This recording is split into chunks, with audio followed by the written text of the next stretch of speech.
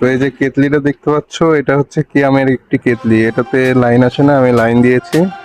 Line দেওয়ার পরে কেতলিটাতে আমি সুইচটা দিলাম, কিন্তু কোনো লাইন আসে না, কোনো পাওয়ার জ্বলে না, ইন্ডিকেটর জ্বলে না। তো গাইস, আজকে আমি শেখাবো কিভাবে কেতলিতে লাইন না আসলে সেটা সমাধান করা যায়। তোমরা সাথেই থাকো।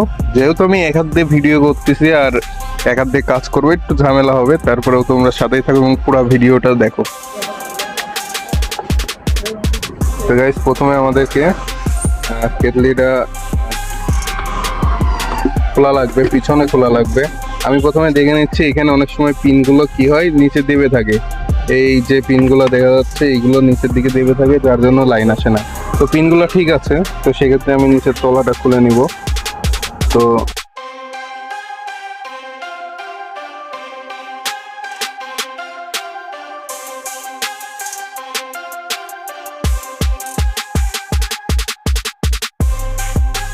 আমি কিন্তু মিটার ছাড়া এটা সমাধান করে দিতে পারবো। হ্যাঁ, এই যে দেখা যাচ্ছে গেছে, এই যে এখানে পিনটা কি হয়েছে, শর্ট খাইছে, লুজ কালেকশনের কারণে না শর্ট খেয়ে লাইনটা আসতেছে না।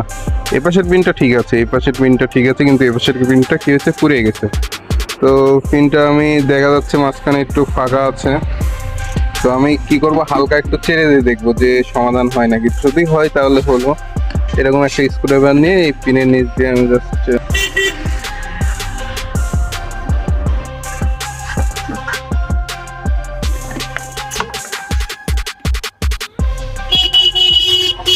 তো গাইস দেখতে পাচ্ছ এখনো আসতেছে না, তার মানে কি এটা পিনটা সম্পূর্ণভাবে নষ্ট হয়ে গেছে। হ্যাঁ, এটাকে আমি যতই চালা দিই। তো গাইস, এটার হচ্ছে সকেটটা চলে গেছে, আমার কাছে একটা নতুন সকেট আছে। এই সকেটটা আমি এখানে ফিটিং করে দেব। এই সকেটটা বাজারে 60 থেকে 70 টাকায় কিনতে পাওয়া যায়, আপনারা চাইলে সহজেই কিনতে পারবেন। আর এই ভিতরে দেখতে তো এদিক থেকে ফোন দিতে আসবে বলবে যে তো গাইস, এটা হচ্ছে নতুনটা।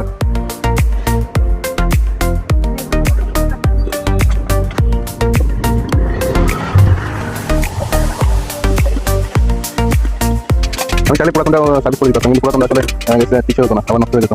যে কারণে আমি পুরাতনটা দিয়ে লাগাই দিইনি। হ্যাঁ, আমি নতুন আরেকটা দিয়েছি, কারণ পুরাতনটা দিলে ঠিক হবে, কিন্তু আবার কিছুদিন পরে সমস্যা আসবে, যেহেতু পাতটা একবারে নষ্ট হয়ে গেছে।